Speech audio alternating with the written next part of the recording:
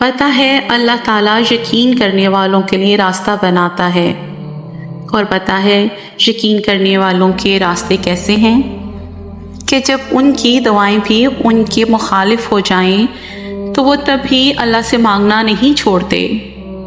ایسا یقین کہ جب ساری دنیا ان کے سامنے بکھر رہی ہو وہ تب بھی آسمان کی جانب دیکھ کر کہتے ہیں ہمیں پتہ ہے تو ہمیں تھام لے گا، اور پھر وہ دیکھتے ہیں کہ اللہ پاک انہیں اس راستے سے اپنی قدرتیں دکھاتا ہے جہاں سے ان کو کچھ ملنے کی توقع نہ تھی۔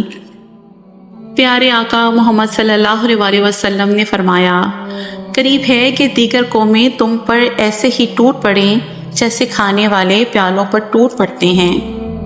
تو ایک صحابی نے عرض کی کہ کیا ہم اس وقت تعداد میں کم ہوں گے؟ آپ صلی اللہ علیہ وسلم نے فرمایا، نہیں، بلکہ تم اس وقت بہت ہوگے، لیکن تم سیلاب کی جھاگ کی مانند ہوں گے۔ اللہ تعالیٰ تمہارے دشمنوں کے سینوں سے تمہارا خوف نکال دے گا اور تمہارے دلوں میں وپن ڈال دے گا۔ تو ایک صحابی نے عرض کی کہ اللہ کے رسول صلی اللہ علیہ وسلم، وپن کیا چیز ہے؟ آپ صلی اللہ علیہ وسلم نے فرمایا، یہ دنیا کی محبت اور موت کا ڈر ہے۔ لوٹ آؤ اللہ رسول کی طرف اس سے پہلے کہ لوٹ جاؤ اللہ کی طرف۔ حوصلہ اور یقین ہو تو زندگی کہیں سے بھی شروع ہو سکتی ہے۔ مومن کی زندگی میں انجوائبل وقت سب سے زیادہ وہ ہوتا ہے جب وہ دنیا سے ٹوٹ کر اللہ سے جڑ رہا ہو۔ اگر تم اس کی عبادت کرتے ہو تو اس کو اپنا احسان مت جانو۔ اللہ پر اس کو اپنی عبادت کے لیے فرشتے ہی کافی ہیں۔ اگر وہ تمہیں اپنی طرف بلاتا ہے تو اس کا احسان ہے تم پر کہ وہ تمہیں اپنی طرف بلا کر تمہیں فلاح دینا چاہتا ہے۔ تم تو اس کی عبادت بھی اس کی مرضی کے بغیر نہیں کر سکتے۔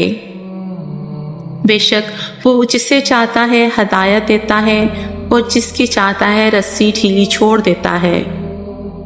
جو اللہ کو چنتا ہے اللہ اس کو چن لیتا ہے۔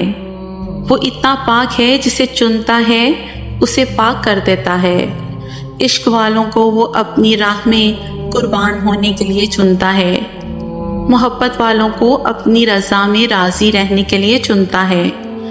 صبر والوں کو اپنی راہ میں آزمائش سے گزار کر پاک ہونے کے لیے چنتا ہے۔ لوگ آپ سے کہتے ہیں کہ تمہارا یہ ڈھیلا ڈھالا لباس فیشن کے لیے موزوں نہیں، تو آپ ان سے کہو کہ آپ کا یہ تنگ اور چست لباس جنت کے لیے کسی بھی طرح موزوں نہیں۔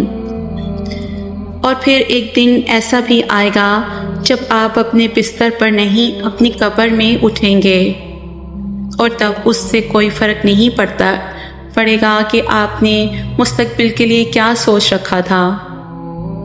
تب صرف اور صرف یہ بات مانی رکھے گی کہ آپ نے کیسے گزاری وہ زندگی جو آپ گزارنے آئے ہیں۔ اس لیے اٹھ جائیں اس سے پہلے کہ آپ قبر سے اٹھائے جائیں۔ یہ زندگی اللہ تعالیٰ کی امانت ہے۔ ہم اپنی مرضی سے زندگی نہیں گزار سکتے۔ انسان کا اختیار نہ تو سانس پر ہے اور نہ ہی تقدیر پر، لیکن اگر اللہ تعالیٰ کی مرضی میں اپنی مرضی شامل کر لی جائے تو زندگی میں راحت اور سکون مل جاتا ہے۔ ایک وقت آئے گا جب تم صبر کرتے کرتے اللہ کے اتنے قریب ہو جاؤ گے کہ ابھی دعا دل ہی میں ہوگی تو اللہ کن فرما دے گا۔ سبحان اللہ۔